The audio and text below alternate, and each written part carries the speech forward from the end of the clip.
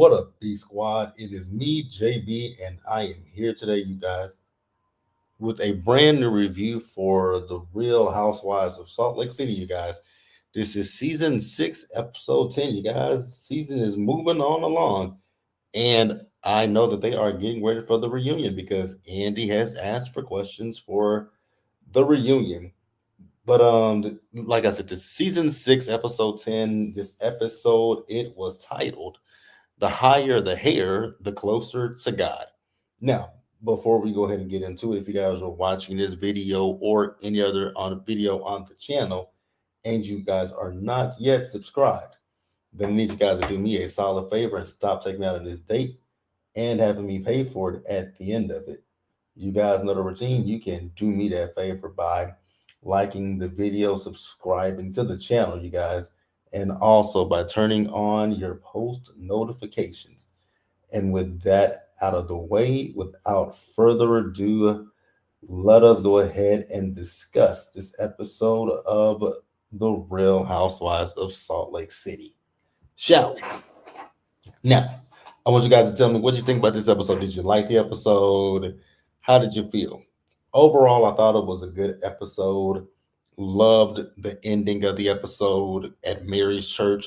So we'll definitely save Mary's church for last in the review. But it was good for me. And honestly, I guess I'll start up with the scene that I didn't care at all about. And it was Brittany. So Brittany, when it comes to Brittany, Brittany is such a pick me, and Brittany is so male centered. Like, I just don't understand Brittany for the life of me because you do all this for a man that comes on camera and makes a fool out of you every single time. So let's talk about Brittany real quick, right? So we see Brittany. So Brittany went out and she met up with Jared.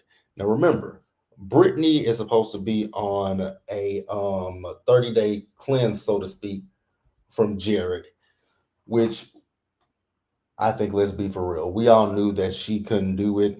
Again, she's so laser focused on men, and it's ridiculous to me. It's pathetic to me, and it's hella sad to me, right? So Brittany is, I guess she was at the park with Jared, and Jared and her are talking. So Jared is in his feelings because he heard through Whitney's husband, Justin, that Brittany was on the boat and Brittany was flirting with the men on the boat. And I'm like, huh? Like, are y'all in an official relationship with each other currently? And what blew me was, so they're not in a relationship. And so Brittany was like, well, I'm confused because I don't know what there is between. I'm like, girl, it's nothing but space and air between you two. So he said that they were working. He said he thought that they were working through things. I said, oh God, Brittany, girl, if you don't dump this man, pick up your dignity and your self-esteem. But unfortunately, I just don't see Brittany doing that because, again, Brittany is a pick me bird that is all about men, men, men, and more men. And that's why your daughters don't fuck with you. Like, that is the precise reason that your kids do not fuck with you, is because you put men over them. So then Jared, she's telling him, what she wants. And so Jared tells her that he wants someone who is stable. And I was like, stable? Now, Brittany, I'm gonna actually have to give him that one, that you don't seem stable to me. And here's the reason why I say you don't seem stable to me when it comes down to it. Because you are allowing this man to, even though I know Brittany says that she breaks up with him, but that's not even the point. Even if you're gonna break up with him, make it stick. If he's not giving you what you need, then why do you keep going back to him? But when he called her, when he said he wants somebody that's stable and all that kind of stuff, I was like, oh, you know what, you good. Because he says, when the go is basically, and I'm paraphrasing when I say this, he's kind of saying to Brittany that when the going gets tough, she gets to running. Okay. Then why do and my question to your dumb ass, Jerry, is if that's the case, then why do you keep going back to her? And honestly, when it comes to Jared and Brittany, more specifically Jared, I feel like the reason that Jared goes back to Brittany is because she's on this show and it gives him some visibility for people to see him. Now, y'all can tell me if y'all know, because I know Brittany was at BravoCon this past weekend. Was Jared there with her? Somebody please tell me he wasn't. But that's all I got with Brittany. And you guys can let me know what you think about Brittany, and we can go ahead and move on to the next person, you guys. So, the next person that I want to talk about is someone that I really like, but I really felt bad for her in this episode, and that is Bronwyn. Now, Bronwyn is having a conversation with Todd. Now, you guys remember in last week's episode that she said she told Todd to go stay at a hotel, right? So Todd has been texting her, calling her, trying to get her to respond to him, right? So she eventually did call him in the episode. We saw a flashback scene of her calling him. And he was like, oh, she's like, what's up, Todd? He's like, oh, I'm just at work. And Todd is another person that I think is emotionally manipulative when it comes down to it. So we see as she's having a conversation with Todd, right? And she ends up saying to him that she doesn't feel good, right? She doesn't feel like she's enough for him. And here's my thing to you, Bronwyn, because I really like Bronwyn. I think Bronwyn is a great addition to this show. But Bronwyn, I want you to get out of that people pleasing mentality. And I know it stems from your parents, but I want you to know that you are enough for anybody. Like, and here's what I will say, like I said last week, is if you want to set boundaries about, having an open relationship or whatever works for your relationship, do it because that's what you want to do. Don't do it because you think that that's going to keep your partner satisfied and happy. Please don't do that with that mentality in mind. Because if you go into situations like that, then it's gonna fail. And I don't want that for Braun. I think Bronwyn can do so much better than Todd, right? So she then told Todd, like, if he wants to have if he wants to do other things, come to her and they can talk about it, because at this point Bronwyn isn't ready to let go of the relationship with Todd. Oh God. I want better for Bronwyn. I really truly do. And do I think that it's Todd? I don't think it's Todd, but I feel eventually Bronwyn will come to that realization that she can do bad by herself, right? And part of me feels like I'm not saying, now hear me loud and hear me clear when I say this. I'm not calling Bronwyn a gold digger, but I do feel like Bronwyn has become accustomed to a certain lifestyle with Todd, and I feel like she's in the situation that most people find them. Most women who do, get with richer men, get with men with wealth and money, and they are ready to leave. They kind of wonder, can I sustain? Will I be able to live by my, will I be able to survive if I divorce this man? I don't know if that's what it is with Bronwyn, but it's definitely something that's keeping Bronwyn there. Could I say it's love for Todd? Possibly, but I don't know. I just want Bronwyn to do what's best for Bronwyn. So then she told Todd that she had a conversation with Whitney about their issues, and he feels away because he feels like these women are not trustworthy. And I was like, well, are you trustworthy, Todd? Because if you are not telling your wife about looking at other women, then you're just as untrustworthy as these quote unquote women are. So whatever, whatever, Todd. But hey, again, I want Bronwyn to do whatever is best for Bronwyn. And honestly, Bronwyn, I do kind of feel like that may be the dissolution of your marriage. I'm just being honest. But again, I'm not telling you to dissolve your marriage, but that may be the best thing. Go to hell, Cajun. Go straight to hell. But hello. So moving on. Moving on from Bronwyn, and I don't know where we want to go next because I kind of want to save Mary for last, as well as Whitney's thing. Those would be the last two things that we discuss. I guess the next person we can talk about is Lisa, who honestly, let's talk about Lisa. Let's talk about Lisa. Because I really wasn't paying too much attention to her scene like that. Because y'all know Lisa Barlow annoys me, gets on my nerves. So we see Lisa and John as they went out with each other. I'm sure you did, Cajun. You be trolling. You be trolling. So Lisa, like I said, Lisa is out with John. I don't know how John puts up with Lisa Barlow. He's a better person than I could ever be. Because someone as self-centered as Lisa would just be a whole fucking hell no for me. So they were talking about the fact that Jack is coming back home from his colonizing mission, right? And so Lisa feels like things will be different between Jack and Henry once he returns.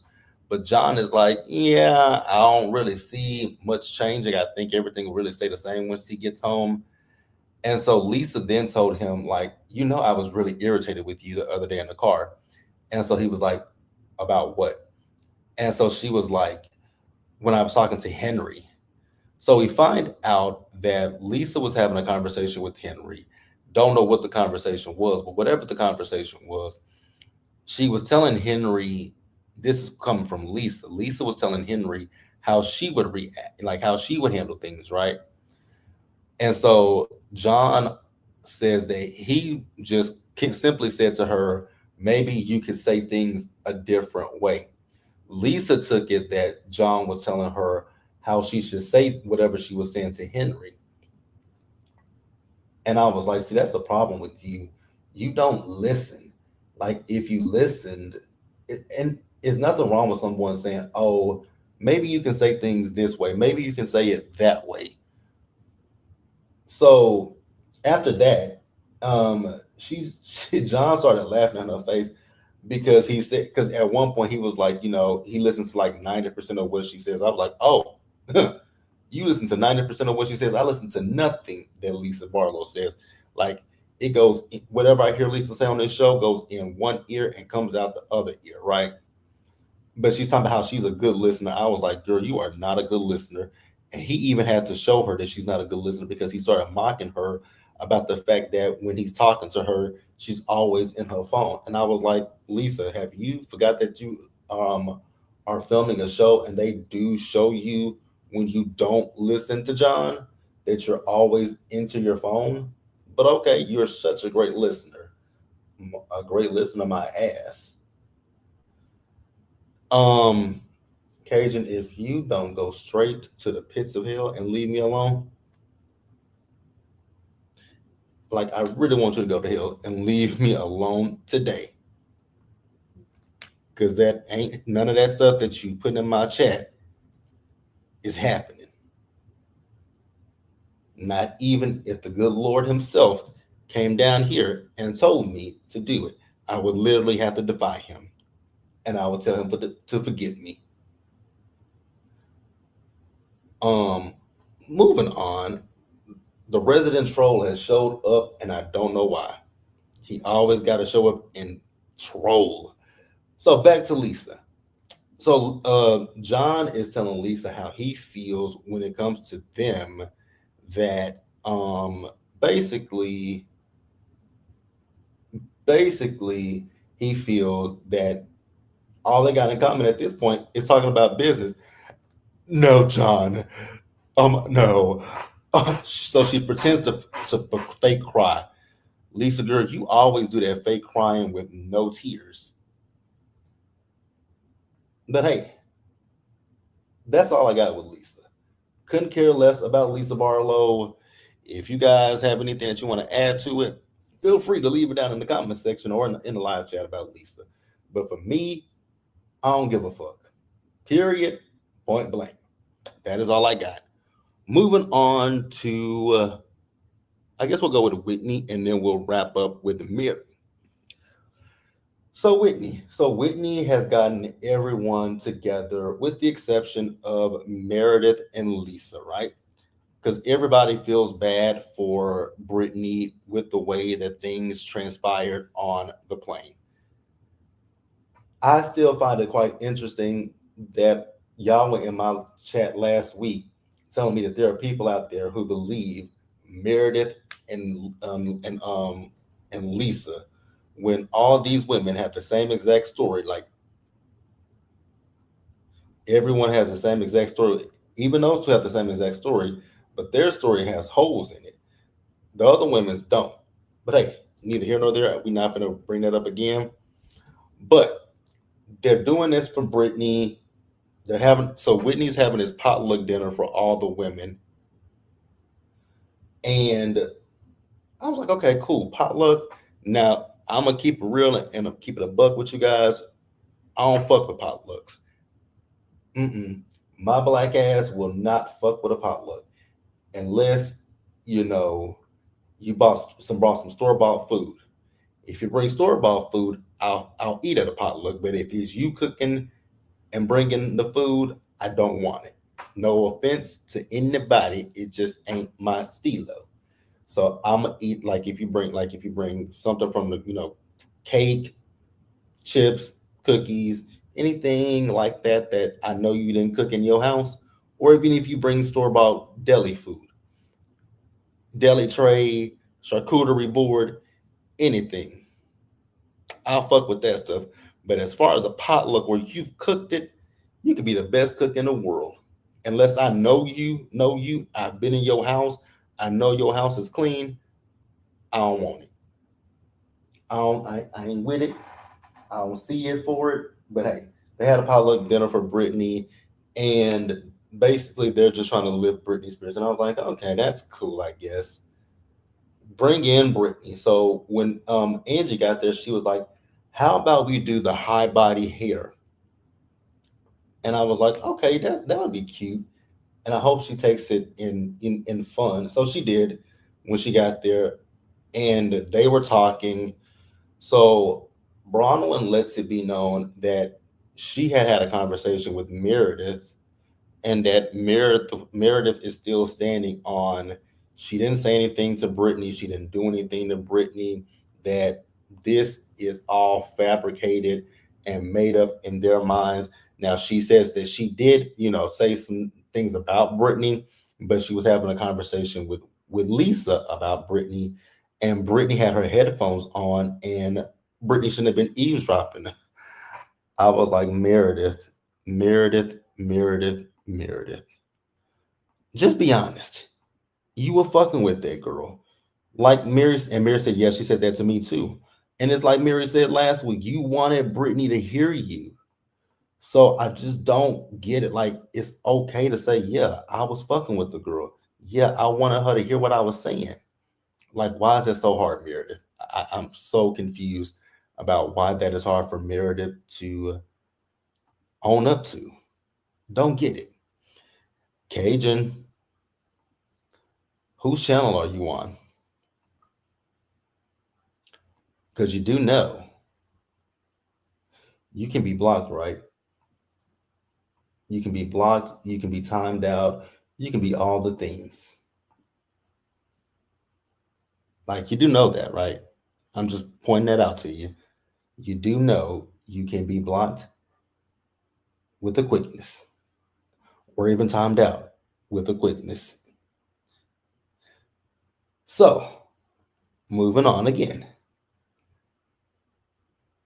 So Bronwyn has this table set up for Brittany, where at the table,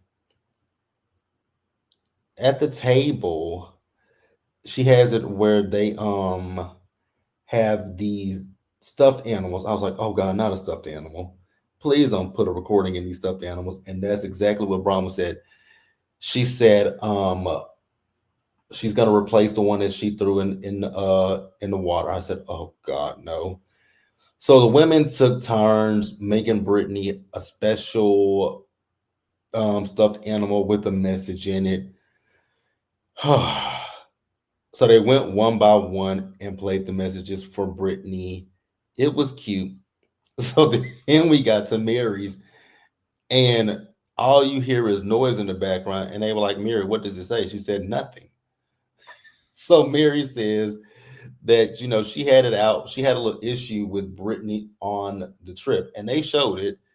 And it was a flashback scene where she was basically talking about, she was commenting her about her, marriage, being a woman of God or something like that. Can't remember what Brittany said because I wasn't listening because it's Brittany and I tend to tune Brittany bitch out. Tune Brittany out, much like I do Lisa Barlow. So Brittany, so actually the producers asked Mary, they were like, are you warming up to Brittany? And me and Mary said that at the same time. No. Like if y'all think Mary is warming up to Brittany, you're crazy and delusional if you think that. Mary is not now, nor is she ever going to warm up to that woman.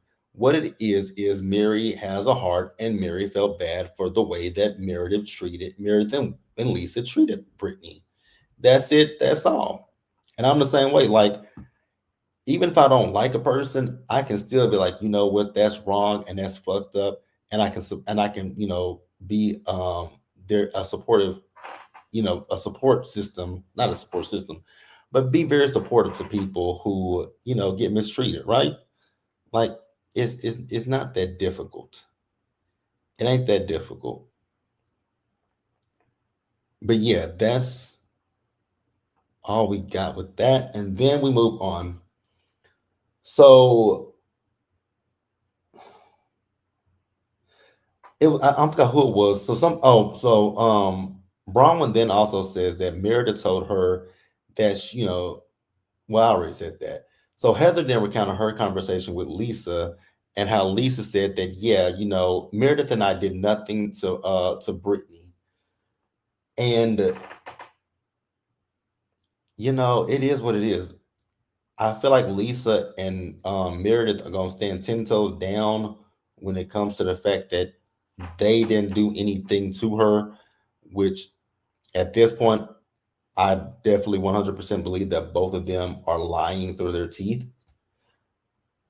Why? I don't know. I don't know if it's to make themselves look better or not, but I remember when filming was going on that there was a rumor going around that Meredith was suspended from filming the show. So I mean, I don't really know what to believe. I mean, let me say, not say I don't know what to believe. I know what I believe, and what I believe is there is some truth about what Meredith and Lisa did. I do believe that they said some things about that girl and said it loud enough to the fact that she can hear them. The the thing that I'm just questioning is like the air marshal, like they didn't get involved is where I'm still stuck on that part. But other than that, I definitely believe, because again, if you go back and listen, Meredith did say she was saying things about Brittany, but Brittany had on her headphones. Well, Meredith, how did you know she had her head, like, even if she had her headphones on, how do you know she was listening to something? How you know she didn't pause it and hear what you were saying about her? You know what I'm saying? So whatever. So while they're talking, that's when Whitney decides to mention what's going on with Brahman and Todd. And Brahman told the ladies everything. And again, like I said earlier, I really do feel bad for Bronwyn. I want Bronwyn to, get to the point where she knows who she is and knows her worth when it comes down to any relationship if she continues to stay in her marriage with Todd. I just want her to know who she is.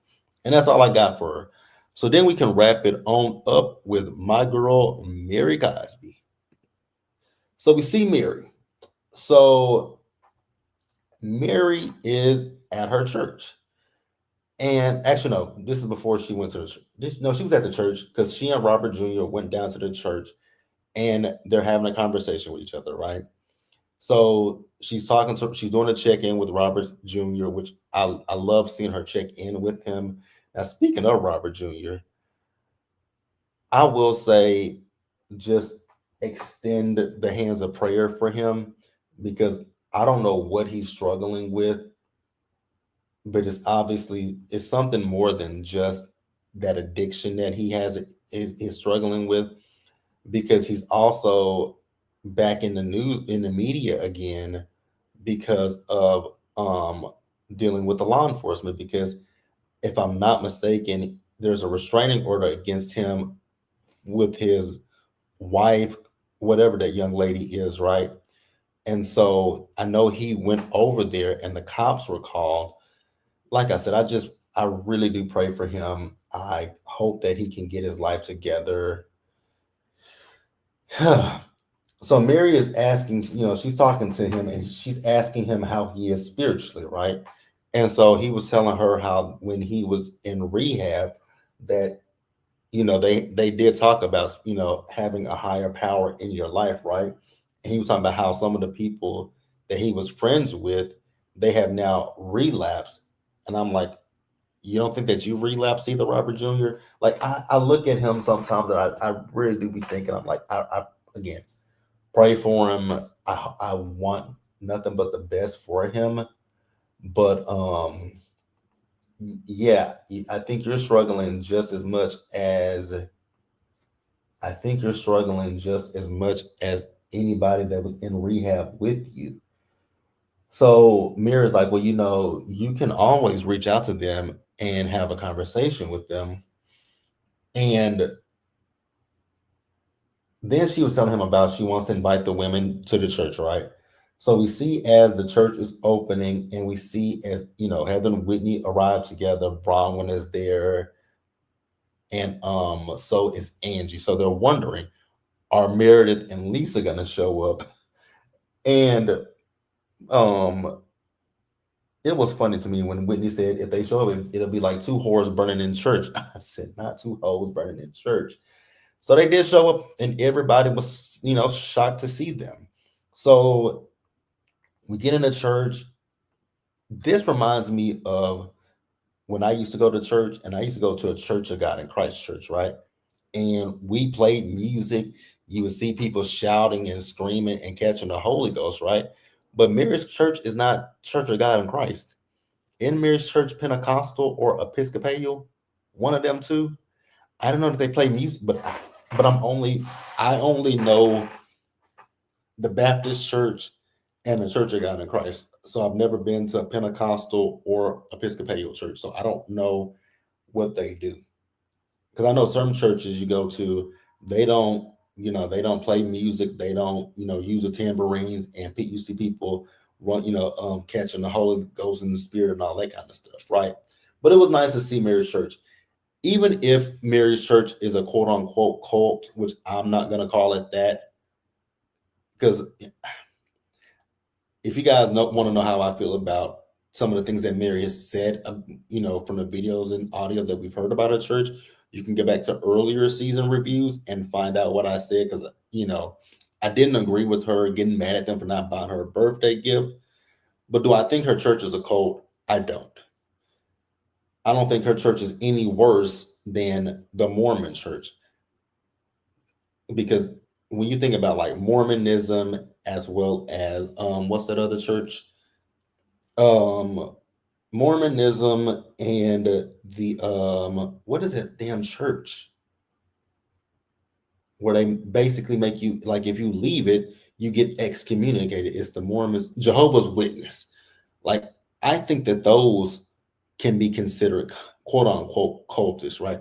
Especially if you say if a family member leaves a religion, you got to disown them and and move away from them, like and not engage with them. Like that's weird to me. But I like seeing Mary in her element. I like her seeing her give the word. She had individual things for Bronwyn, Whitney, Heather, Lisa, Meredith, and Angie. And I thought it was good. I enjoyed it, you guys. But that's the episode. Let me know what you guys thought about it down in the comments section below. Subscribe to the channel, turn on your post notifications, you guys, and share the video. And until next time, you guys, do me a solid favor. Stay safe out there, you guys. Take care of yourselves. Wash your hands. Be blessed. And I'll see you guys in the next video. So this is going to be a short week because I don't know what else I got coming up this week. But I know the Braxton's season finale is Friday. We may go live to discuss the two-part episode. I don't know. We'll see. But yeah, you guys, I'm going to hop off of here and I'll catch you guys later. Bye, guys.